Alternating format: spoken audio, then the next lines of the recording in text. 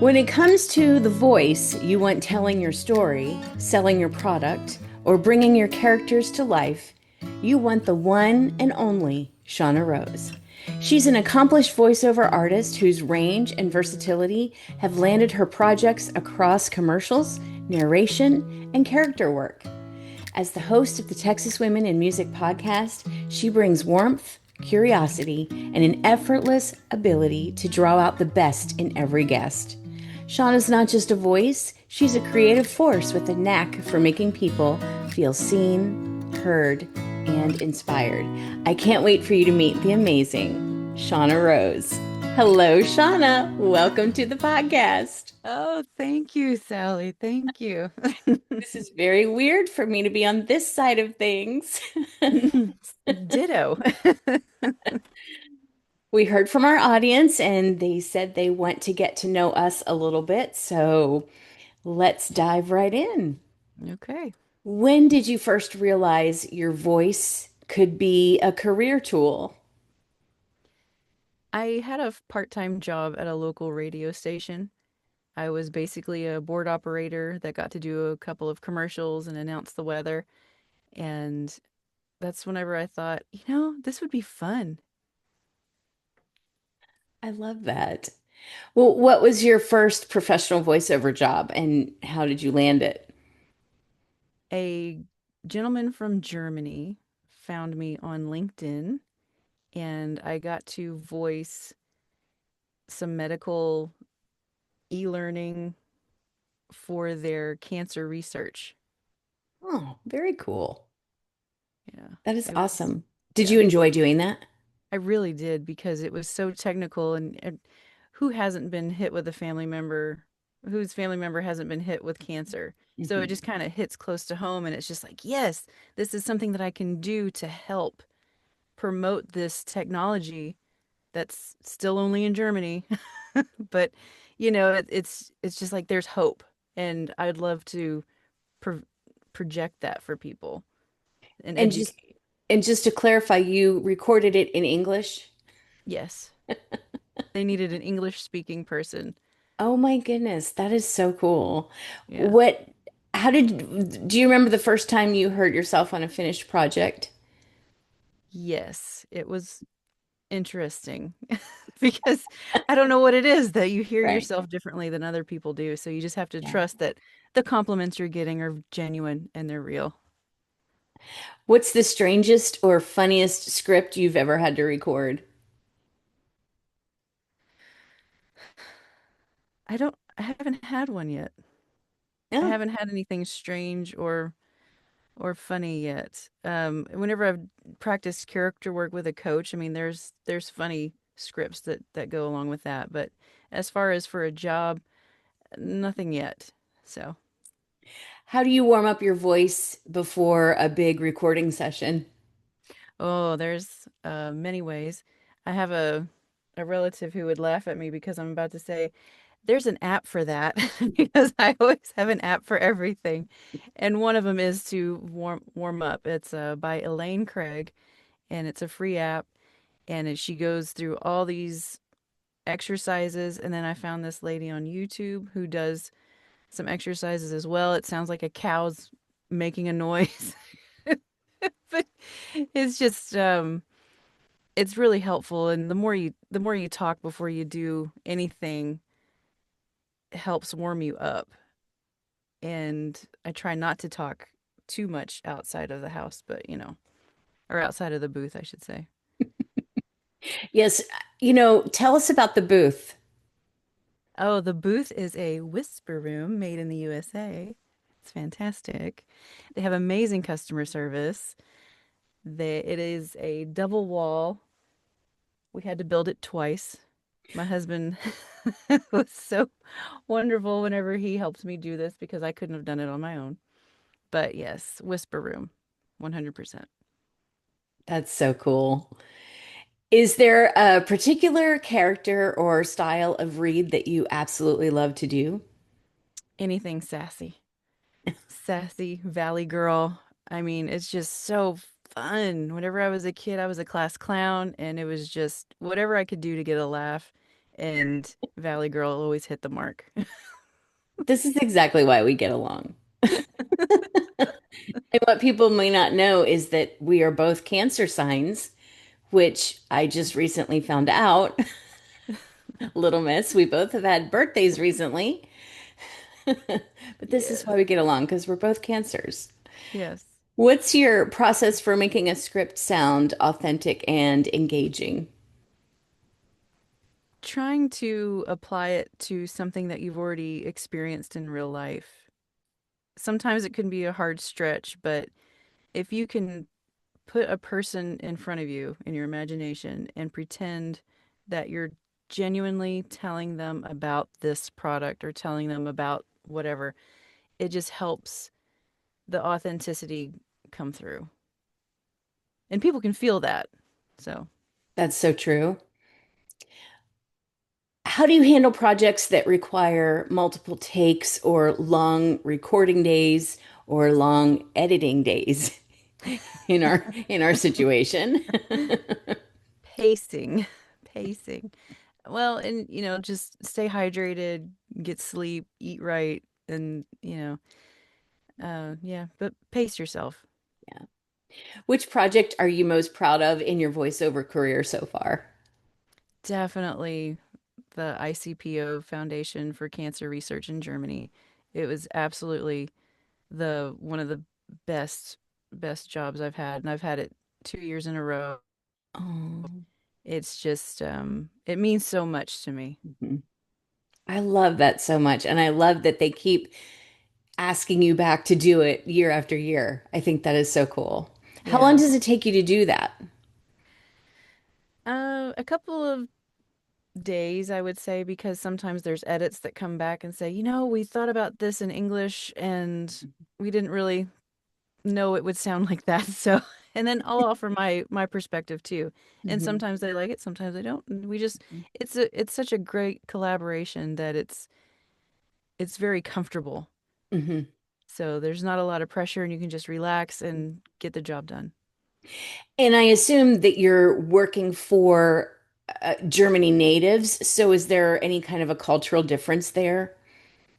I was nervous about that at the beginning, but I haven't found any because the person that I've in contact with there is very warm and engaging and genuine. And so I feel like best friends because we Oh. talk about, each other's lives and it's just Mhm. really great. So And how important is it to work with someone like that? I mean, extremely, yes. yes, as we all know, we've all had those bad jobs where we're like, what in the world did we say yes to? Yes. Yes. What's one lesson about the voiceover industry you learned the hard way? That it's not going to all land in your lap. You have to work for it. And I didn't expect it to land in my lap 100%, but I thought, if I'm good enough, they're just going to want me, right? Well, no, you have to put yourself out there a lot. And that's been difficult for me because I'm not genuinely that type of person. I'm kind of shy, but an extrovert, if that makes sense. So I have to feel really comfortable first, and then I can let it all out. Well, how do you market yourself in this competitive world? Consistency. I just try to stay consistent with my posts, especially on LinkedIn.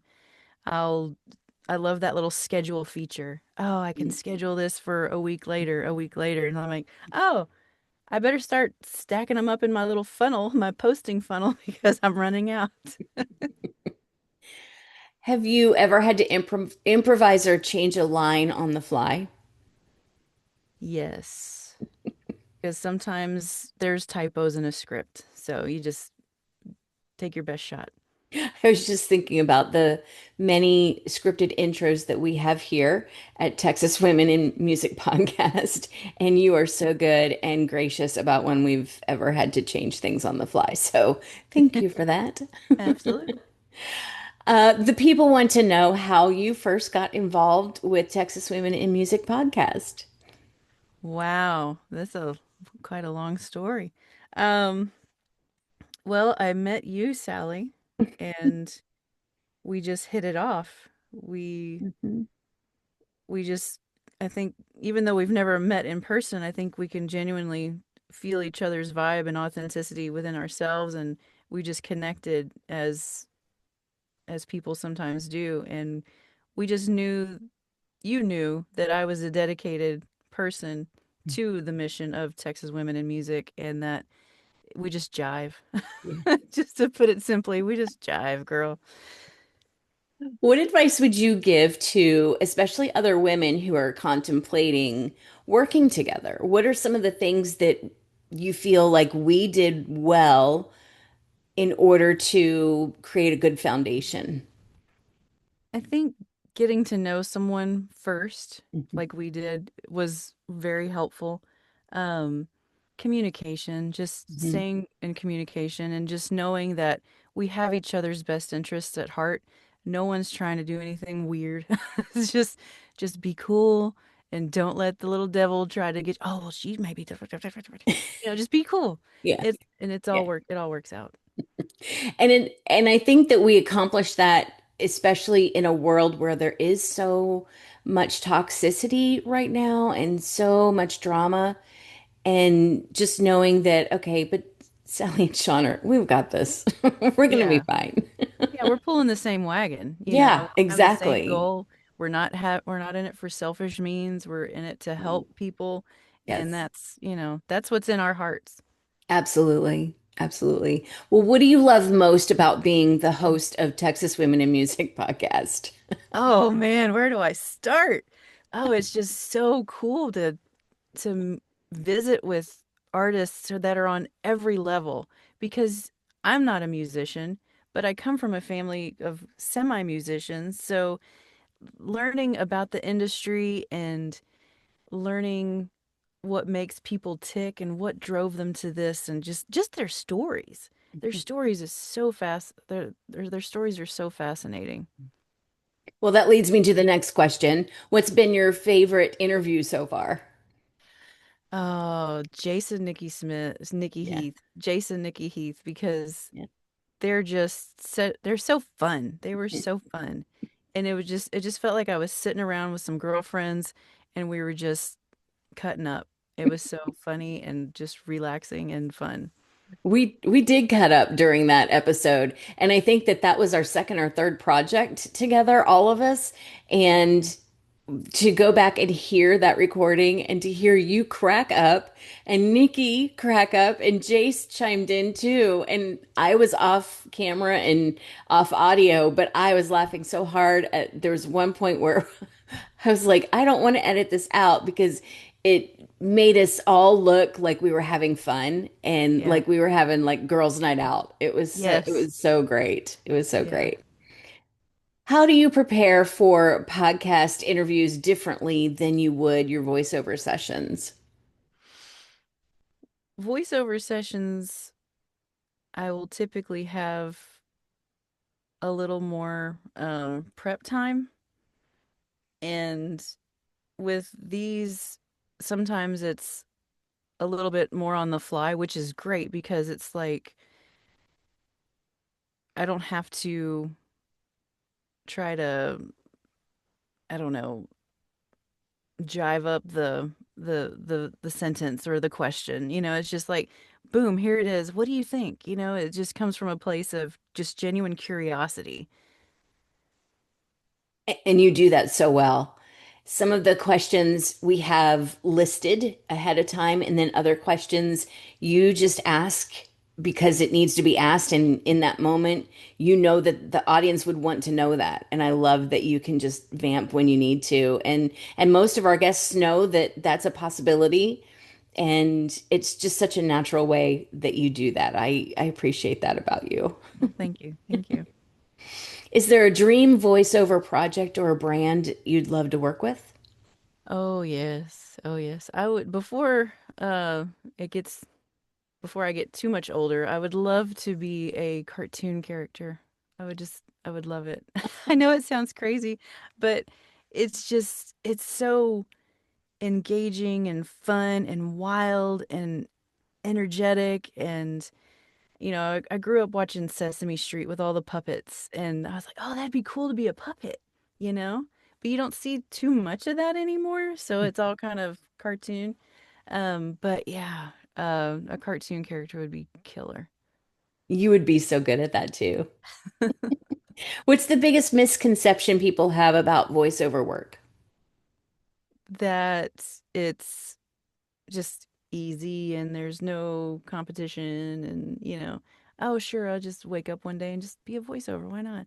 It takes effort, coaching, lots and lots of coaching and equipment, and it's just, you can do it with your iPhone and your whatever little mic you have, but if you want to keep it real with the rest of the family, because voiceover is a family, you have to stay true to the rates. You have to stay true to the business because in the end, it is a business. And if you're not charging what you should, yeah, you can go on Fiverr and do $5 reads. That's fine. But there's quality versus quantity, and training and coaching will help you get to that level. I can definitely relate to that on this side of things as a performer. And as we are talking to mostly artists, I always tell them, know your value and know that nothing should be done anymore for just exposure. Yeah. If you do that, it shortchanges all of us who are out here that should be getting paid for what we do. So Hustling. I Yeah. love that you know your value. I love hearing that. That's awesome. What's something you're working on right now that lights you up creatively? Texas women in music, baby. Come on. But you do it Yeah. so well. I Oh, mean, thank you. Thank you you. do it so well. I love working with you so much, and I love that you are part of this project. You're the only person that could do this. Oh, well, you're so sweet, Sally. And I so appreciate all the support and love that you've shown me since we've been working together. It's just been such a dream come true. Oh, I feel the same way. I don't know. If you could give one piece of advice to a woman who might be starting out in voiceover work, what would it be? Get a good coach. Get multiple coaches. A guy and a girl. Get a man, get a woman coach. Because different sexes are going to have different perspectives on how you should sound. And just go for it. If this is something that you feel in your soul that you've been called to do, go for it because there's nothing that's going to stop you. Opportunity is going to come to you and you're going to find opportunity as well. I was blessed to be part of Texas Women in Music. And it's just one of those things that's like, okay, God, thank you. There's some validation in this too, you know? So yeah, just go for it. Yeah. And I think I don't know about you, but I rely on how I feel when those opportunities are presented. Like, do I feel like that's a good green light? Does it light me up?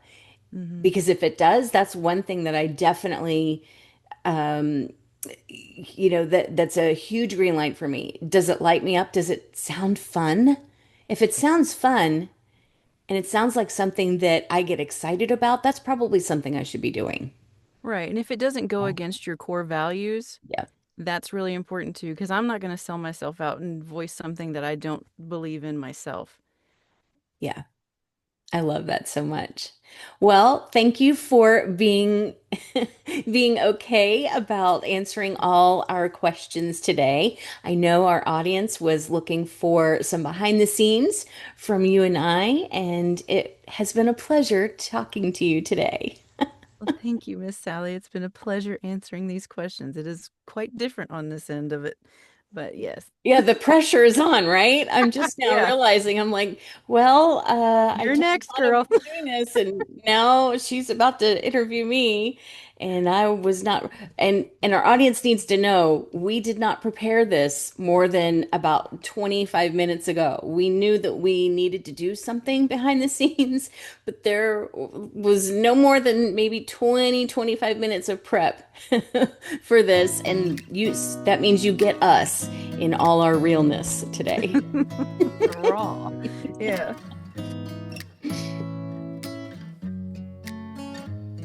All right, so now it's your turn. I guess so. If you've ever met someone who can light up a stage, a classroom, and a press room all in the same week, you've met Sallie Vee. She's a powerhouse musician, a dedicated music teacher, and a skilled public relations pro who knows how to get the right story in front of the right audience. Sally's career is full of harmonies, literally and figuratively. She brings her love of she brings her love for performance, education, and connection into everything she does. As the executive producer of the Texas Women in Music podcast, she's the heartbeat behind the scenes, making sure every episode shines. I'm so excited for you to get to know the one and only Sallie Vee. Woo! Your turn, your turn. Yeah, I don't like it. So just I didn't no. either. I am not good about being giving answers on my feet. I Yeah, like scripts. yeah. I am a musical theater gal. I like scripts. I like knowing what's coming. So this is going to be fun. Yeah, love it. Positivity in the air. Here we go. When did you first know music was going to be more than just a hobby for you? I talked about this in a previous interview, but my parents had me start taking piano lessons at age 5. I could actually read music before I could read words. And my piano teacher would give me my weekly assignment, and sometimes I would do it, and sometimes I wouldn't. But what I really loved doing was making up my own melodies and my own songs. And when our family had friends over for dinner or during holiday parties, especially their annual Christmas party, I was always asked or voluntold to play a little something. And I would play jazzy and upbeat songs, and it would get everyone singing along. But you have to picture that scene. I was in elementary school, just a little kid with my feet dangling off the piano bench, and I'm playing the boogie woogie, jazz, and New Orleans style blues. Wow. So I think that in those moments, I probably knew, okay, music is kind of in my soul, and here we go. Very cool. Very cool. So you've worn many hats, performer, teacher, PR pro. How did you balance all those creative roles?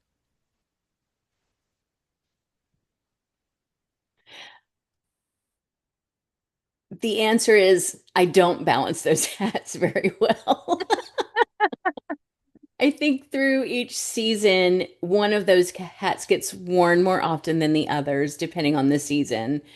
I love all of those roles so much. I love teaching. I love performing. And the publicist role was something that I was in maybe 15 years ago is when I started doing publicity and PR stuff for actual clients. And it was kind of something on the side. And I had to learn as I went because even 15 years ago, we did not have the explosion of social media that we do now. And all of us who have been in, early to mid career levels have had to learn this beast of social media. There was no college degree for social media management. There was nothing like that. Now, there is in PR, of course, and there was back then as well. But I've had to learn as I go. But I'm also able to use my creativity as a performer, as a teacher, and as just a lifelong learner in order to build those publicity campaigns. So it's kind of funny to see all of them a little intertwined. Very cool. What's the most unusual venue or event you've ever performed at? Oh, about 9 or 10 years ago, I was asked to play. the piano for a wedding reception. So not the wedding ceremony, but the reception, where there's a dance floor, and it was this whole beautiful thing. It was for an older couple in their 80s who had gotten married, and the groom really loved big band music. So not light dinner music with some like 70s elevator style songs. This was big band on the piano. Ah. We're talking songs like Sunny Side of the Street, Chattanooga Choo Choo. And I was thinking, how in the world am I going to accomplish big band on just the piano for this sweet man? Because I mean, it's big brass band. I mean, you know that sound, but how can you translate that sound just to the keys? Yeah. So at that point, I was still learning some recording tech and music production skills. So I somehow recorded versions of his favorite big band songs with the brass bands. And then I ended up singing and playing the piano with the band recordings backing me. It was the first time I had done that, and it was a challenge because I could not go off the tempo. I could not do my own thing. I had to stay with that recording because the Yeah. recording is the recording. And so Right. when you're playing live with a recording, you can't deviate. Yeah. But it ended up being a big hit, and to see their friends all in their 70s and 80s get up and start swing dancing on the dance floor, they were having the best time, and it just made me happy to see them happy. But that for sure was the most unusual venue and gig I was hired to do. Yeah. Wow. That does sound challenging because I mean you have that recording and like you said, it doesn't stop. You can't wink at them and say, "Okay, we're gonna do it one more time." Yeah, exactly. It was just me. It was a Just one-woman you. show and my recording. Oh my goodness. As a music teacher, what's one breakthrough moment with a student that still makes you smile? Ah, I just one, huh? I was teaching this sweet little boy who was on the autism spectrum, and his mom had hired me to come in weekly, and I was at their home because that was the best environment for him, and that so she could also help with anything that needed to be done as during our lesson. And every time that I would teach and I would present a new concept, he would walk around the piano the whole time I was talking and the whole time I was teaching him how we were going to do this. And that was before I had any experience with kiddos on the autism spectrum or with special needs, because this was before, I had any family members who were on the spectrum. And so I kept thinking, surely he's not getting any of this that I'm saying. And I'm just kind of talking to the wall. And I kind of, and his name was Garrett. And I kept thinking to myself, I'm like, okay, but he does have talent. He loves music. He loves to move with music. And I'm just going to plow forward. And so we were going to do some fun things on the piano, and I checked in with him and I said, "Okay, Garrett, did you get all of that?" And literally as he's walking around the piano, he repeats back to me, word for word, everything that I had just said.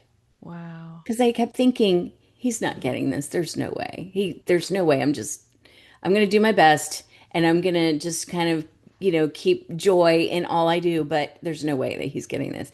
Repeated word for word what I said to him. And then once I said, okay, well, let's start doing this, he sat down perfectly still and totally did it. Wow. And I was like, is this really happening? Like, I can't even. And I remember getting in my car after that moment and just crying and being so grateful that I was a witness to what had just happened. And also feeling a little guilty for my lack of faith that Mm. that it was going to happen at the same time. And I don't know, that moment will always stand out to me. You just never know especially kiddos with, special needs. You just never know what they're soaking up, and that what you say and what you do, they actually are listening. They are looking, they are watching, and they're brilliant. Yeah. It's not about intelligence, right? And No. anyone who has experience with kiddos on the spectrum knows this is not an intelligence thing. This is they're Processes. they're processing differently. They may be understanding things differently, but they're gonna wow you in the end. Yeah. So, Oh, that's wonderful. mhm. You've helped other musicians with, hold on. Oh, can you share a behind the scenes PR project that really challenged you? I can't go into details, but I will tell you this. Many, many years ago, I had a high profile client who got themselves in a little bit of a jam. There was a little bit of a scandal, and I had to carefully strategize each interview and each press release while simultaneously protecting my own brand so that I didn't get caught up in the middle of all of that as well. That was weird to try to balance that. Like, okay, I'm advocating for you, but I'm also protecting myself from you. Right. That was that was weird. That was weird. Doing damage control is not my favorite thing. Yeah. So I would always advise all of my clients or anyone who is in the public eye to just be aware of how what you do affects not only the people you're trying to gain as customers or fans or clients, but how your team is affected by what your actions are. So that was just weird. Yeah. Like I'm gonna build this little wall, but Yeah. it's still a wall. Yeah. Don't try to jump over it. Yes, exactly. What is your go-to song to perform when you want to win over a crowd? When I was gigging and I was doing piano and vocals, and I was kind of a one-woman show, uh, it was usually at an establishment that served alcohol in the evenings. And in case kids are listening, and the one song that always got everyone to kind of turn around on their bar stools and just kind of engage with one another was Piano Man, Billy Yeah. Joel's Piano Man. And everyone knows the intro for that song. So as soon as I started the four chord intro, they all knew, and they would all just kind of drop their conversations and like hold up their glass and just start singing along. So, you start out, it's 9 o'clock on a Saturday. Okay. And they're all literally singing. And then whenever I got to the chorus, I would always change the lyrics to sing us a song, you're the piano woman. That was me, and I wasn't Billy Joel. And it would just make them laugh, and that's kind of how I win over the crowd a little bit. Wow, I literally have chills just thinking about that song because it's so great. And every time you hear somebody playing a piano, it's kind of like you're expecting it. Right, exactly. You got to change it up a little bit. Keep them keep Yeah, them on their toes, Shauna. yeah, yeah. What's one piece of music advice you wish someone had given you early on? Oh, this is something that I really have just recently in the last couple years have embraced more so than ever before, and that is you are more than your music. You're more than your performance and your musician skills. You're more than your talent. I think some of us have, especially if we started doing music early, we may have equated that we are the talents that we have, that we are performance based, and that the love that we receive is based on our performance and not because we earned it just by being us. That is definitely something I'm working on. I'm literally just working on in the last few weeks that it's not about what I can do for you. It's not about how you feel when you hear me play or hear me sing. A true love for one another is about loving who we are and not what we can do or how we perform. So that's my biggest lesson I'm learning. Yeah, that love doesn't have to be transactional. Yeah. Yeah. Exactly. How do you keep your performances fresh when you've played a song hundreds of times? Like Piano Gal or Piano Woman. Right, we're like piano woman. Um, I try to change things up as often as I can. I do tend to get bored easily. This means I change the set list. I change the tone and the focus of the show.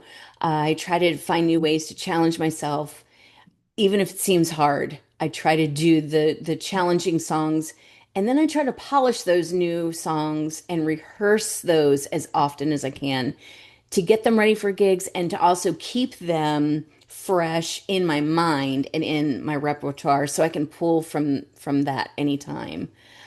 But I definitely change things up as often as I can. Some folks want you to have you come in and do something for like Breast Cancer Awareness Month. So it's going to be a crowd of women. So it's going to be all women songs. We're talking Shania Twain. We're talking Pink. All of those songs that we all want to hear that are power ballads that we can Yeah. sing with. And then other folks want other things like, some dinner music, pulled down versions of, Glenn Campbell and stuff from the 70s and all of those things are great too. So having all of those kind of ready for whatever people need. And then some people just kind of say just come in and play. We just want you to come in and play. We're here for a good time and just knowing that I can change the mood even in the moment.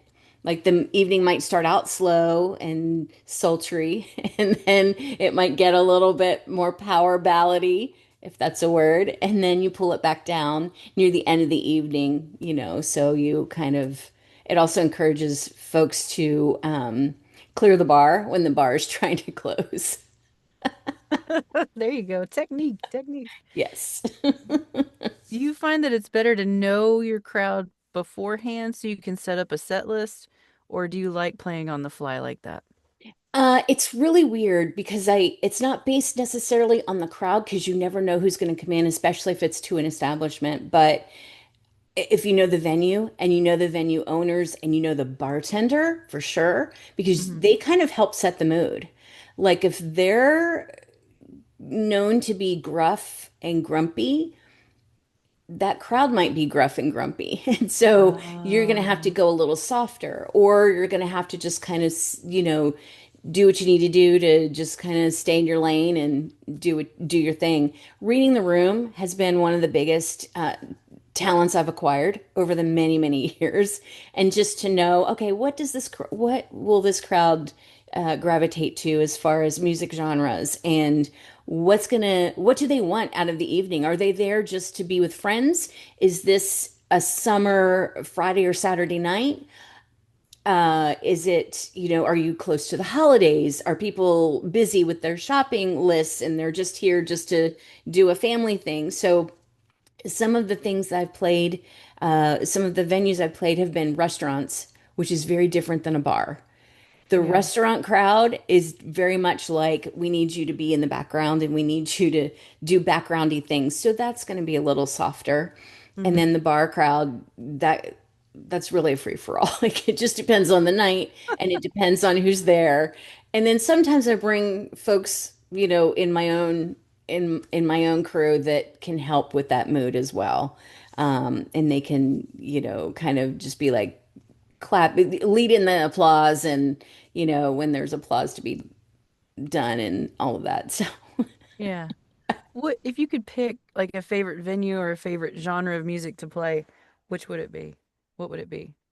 uh, my favorite venue would have to be, oh, and it's not there anymore. Uh, the Dead Horse in San Angelo was my favorite venue, favorite probably of all time.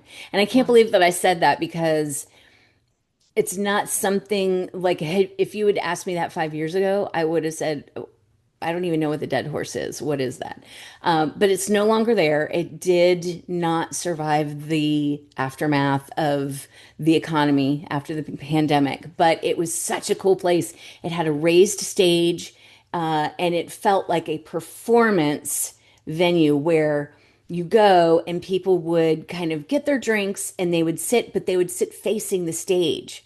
So it was more than just getting together with friends and like background music. Like this was a performance.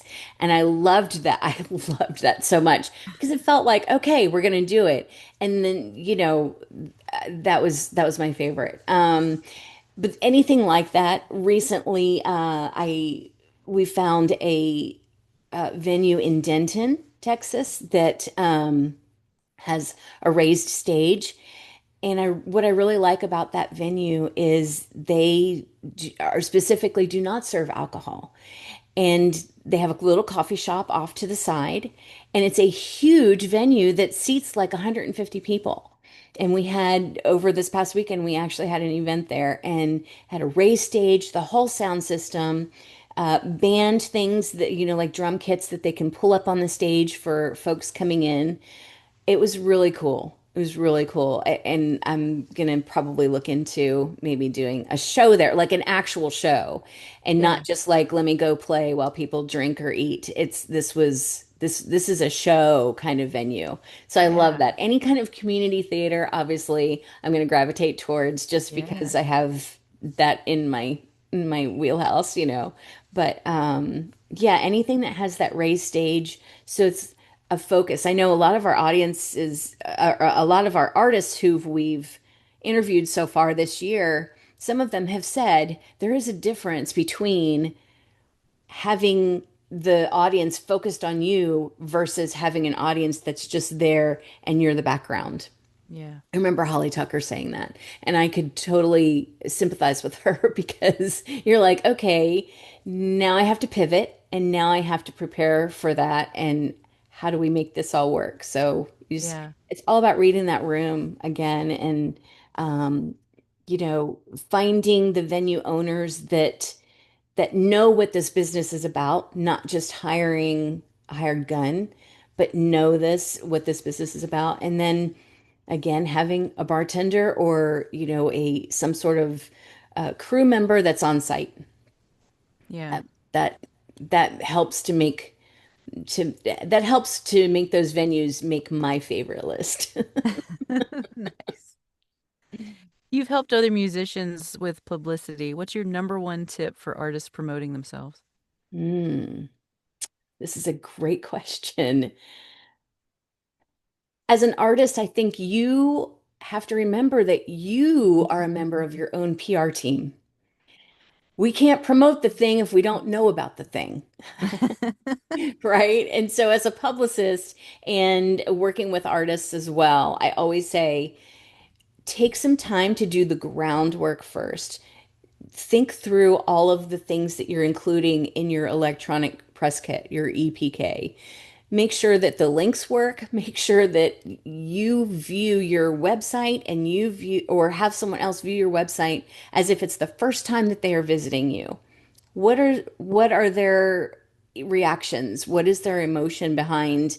How are they feeling when they see your page? Can they easily navigate your page? Can they easily find that music and pay the $2 to download that song? Like we want this to be lucrative for you and for us collectively. So making sure that you are part of your PR team and not just handing it off and expecting them to do it for you. And then, making sure you're engaging with all those social media posts and being a part of the campaign. Right. Yeah. What inspires your songwriting process the most? Coffee? No.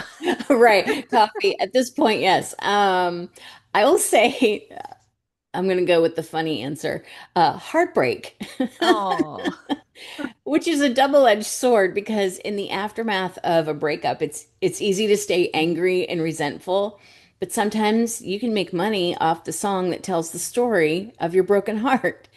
So to those who broke my heart, thank you for the pocket change. is there a performance you wish you could go back and redo? Oh my goodness. Several. Several. I several. Oh no. This was not necessarily a gig performance, but I was performing in a church one time and I was asked to do a solo part. And oh no, if they're listening, they're gonna know. Uh, I was asked to do a solo part for a song that I have heard since birth, which was Amazing Grace. And it was the first verse of Amazing Grace was my solo part. And it came time for my part, and I was singing with a choir, and I was doing the solo, and I literally got rattled in that moment. And I forgot the words to the first verse of Amazing Grace, a song that I've been singing for I won't even tell you how many years because it will tell you how old I am. But I literally forgot the words. And I somehow plugged in the words from verse 5 that we never get to sing. And I don't know what was even happening.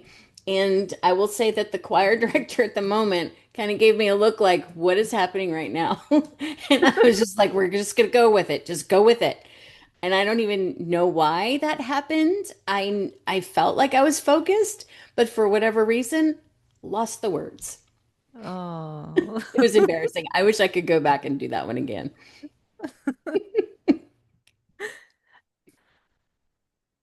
What has been your proudest moment so far with Texas Women in Music podcast? Oh, this is a proud moment that was also unexpected. With every interview that we get to be a part of, we we get to meet these wonderful and beautiful women artists of Texas, and somehow during the interview, I always leave feeling a little bit more inspired and having met someone pretty fabulous.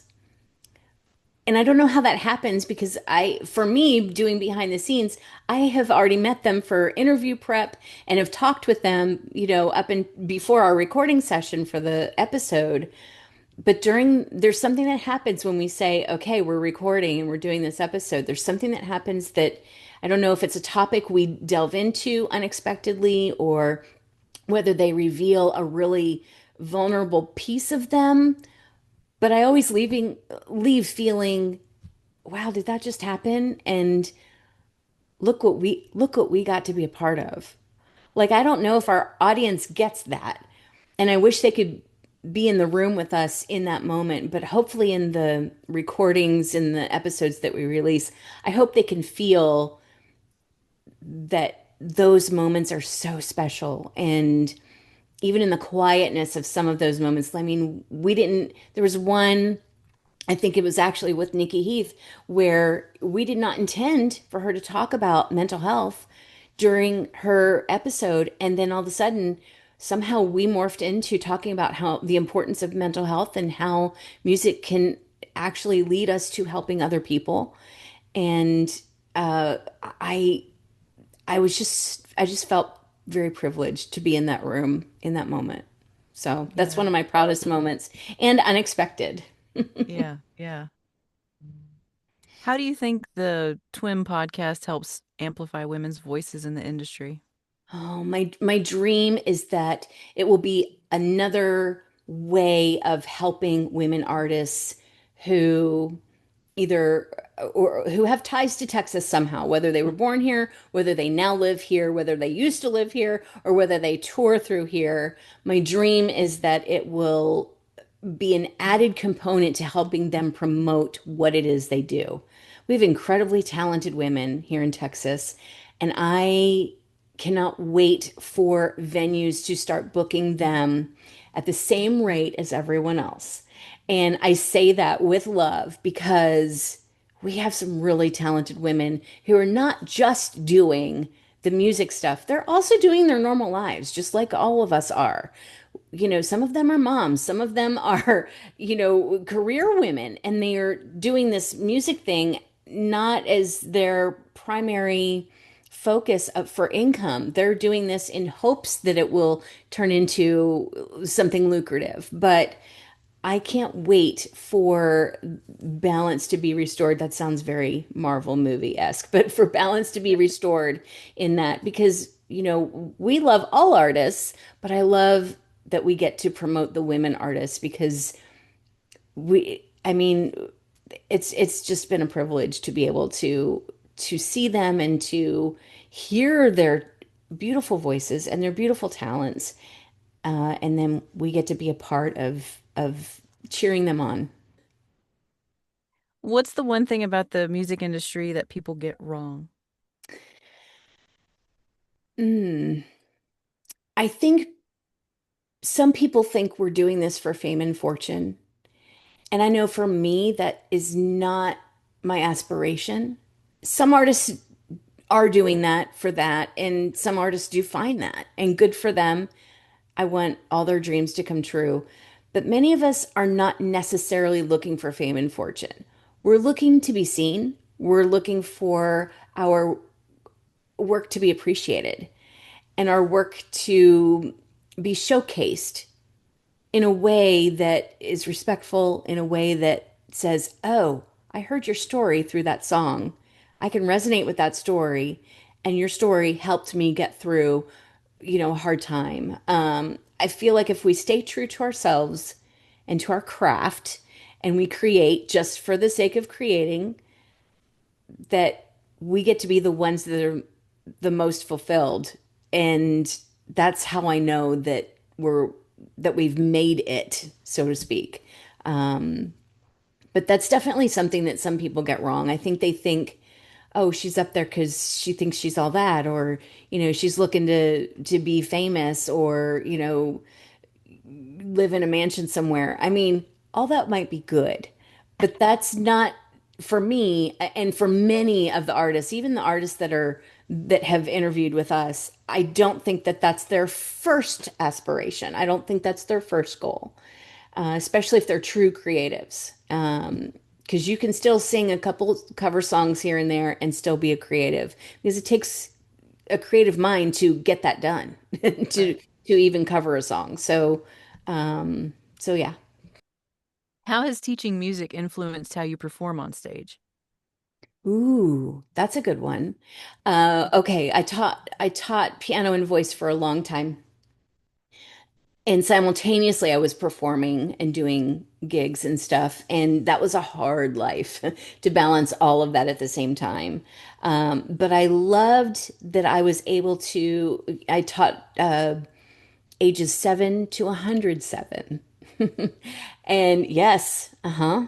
And 107. I loved being able to decode the notes on the page for them and to help them decode, because it is a code that you're breaking down, and you're saying, okay, what do all of these things mean?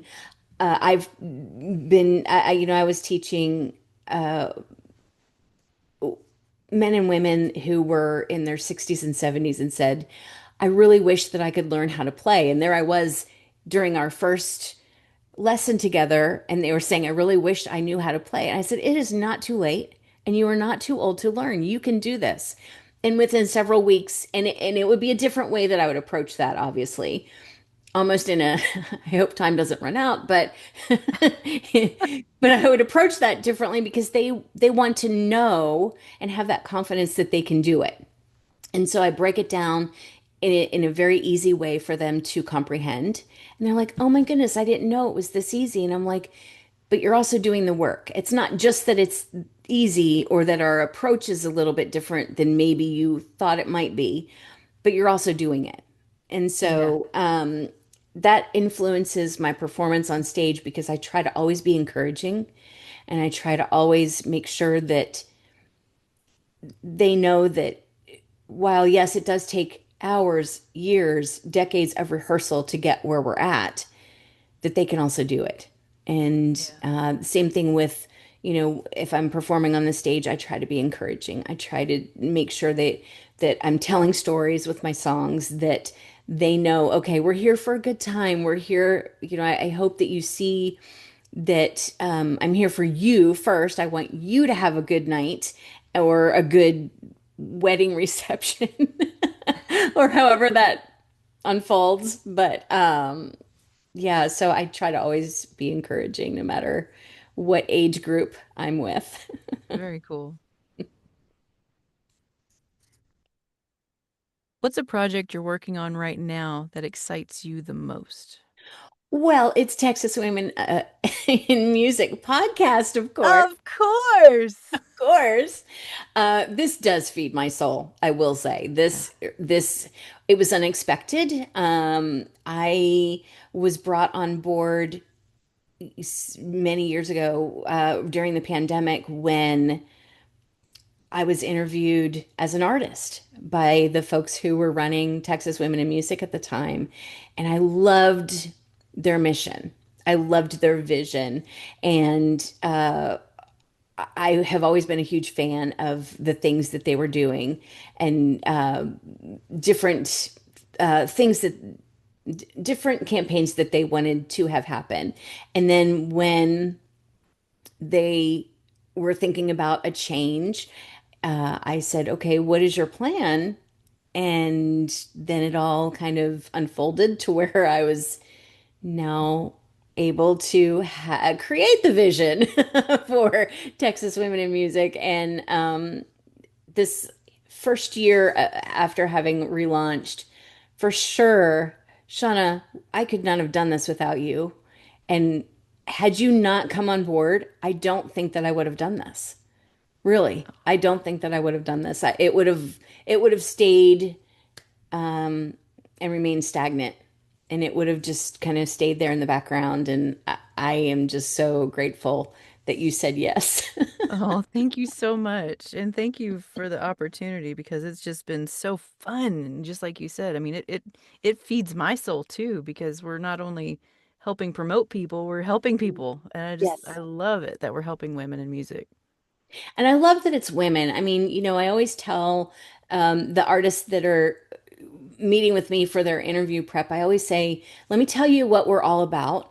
We're not anti-men. In fact, I love all the men who are supporting us in our lives, and who support this vision and this mission. It's not about that toxic anti-man mentality. This Right. is about thank you for supporting us and look at us shine even brighter.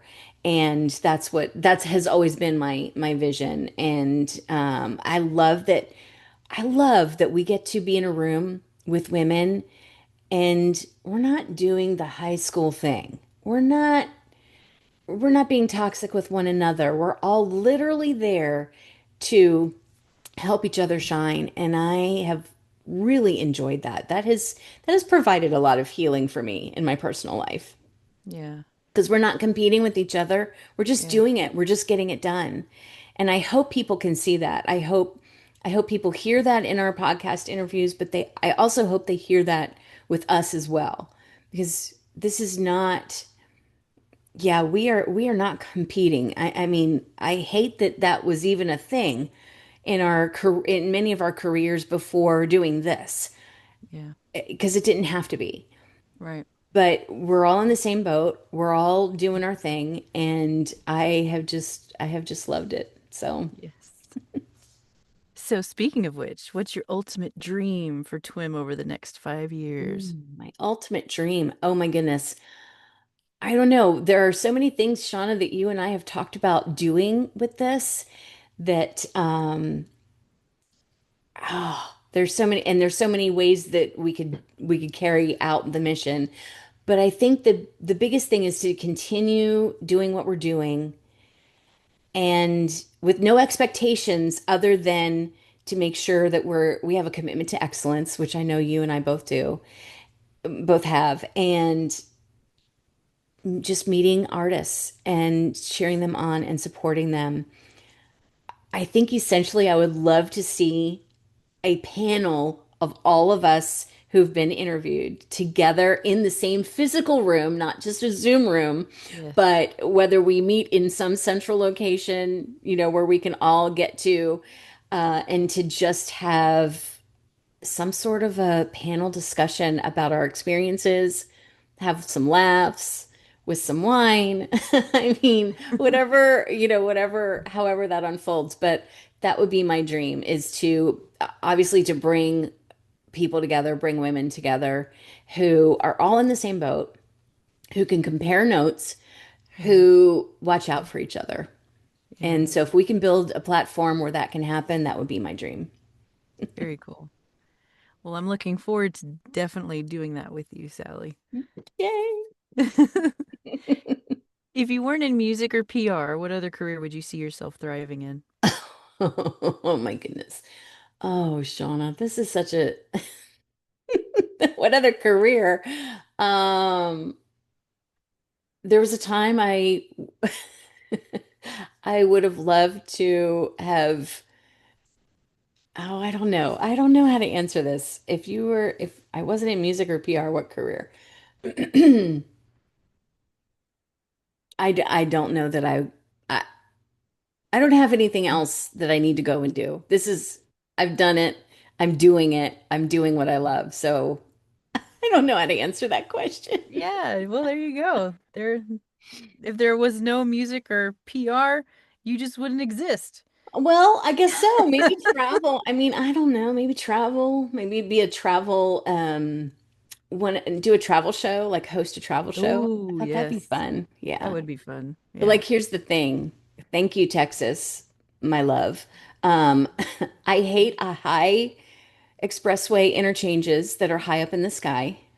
So, like, I can't do that if it's in any of our big cities, like in Houston, Dallas, Fort Worth. I cannot, even San Antone has 1604. I cannot do high in the sky interchanges. I can't do it. I will go 2 miles out of my way. So I don't have to do it because it's the heights thing. Yeah. I can't do Yeah. it. Like I will do a waterway causeway all day long and be low to the water. It's not about water or anything like that, but it's the approach. So like you're approaching the interchange and it's like way up in the sky. I'm like, why? Why? Why, Texas? Why do you insist on doing this to Because us? people like me find them fun. Oh, you're kidding, Sean. Okay, No. we can never Yeah. ride together. No I way. love those things. Yeah. You do? I do. You can We have a feel the huge car one off of shaking. 35. Yeah, I Yeah. know. Yeah. I know. Well, as long as you don't have to get on 6, you're fine. But yeah. Yeah, no, Oh, no, yeah. because I can feel the car shaking from the wind when you're up there. No, See, I no, like roller coasters too. no. Okay, I can do a roller coaster. I used to do them. It's not the same. And Texas has the highest ones. Like when we say we do everything bigger, must we? Must it really be up in Can the we just stick with sky? toast? Can we just Right. leave it with toast? Right, exactly. Although I must say, recently I did pass through your neck of the woods, and what in the world, Shauna? I thought you knew people. We got to take care. I thought the construction was done through Waco. Oh, I know. Well, and they're tearing up perfectly good roadway to Thank make it you. bigger. It's I like, know. We who's just in did charge of this. who's your accountant? I think you need to have Thank some, you. We said that yeah. same thing. I mean, down here in Austin, we have places in Austin where you got to be careful, but I almost literally met my maker going through Yeah. Waco both times, up and back. And I was Yeah. thinking, what in the world? I can only pu I told the people with me, pull in your shoulders, elbows in, guys, because we're on. Yeah.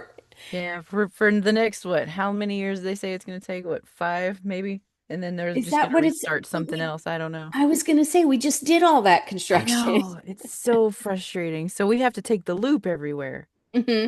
And Yeah. it's like, okay, well then the loop backs up because there's a red light. And then Yeah. so it's either you're going to sit on 35 or you're going to sit on the loop. Just pick where you want to sit. Yeah, Right.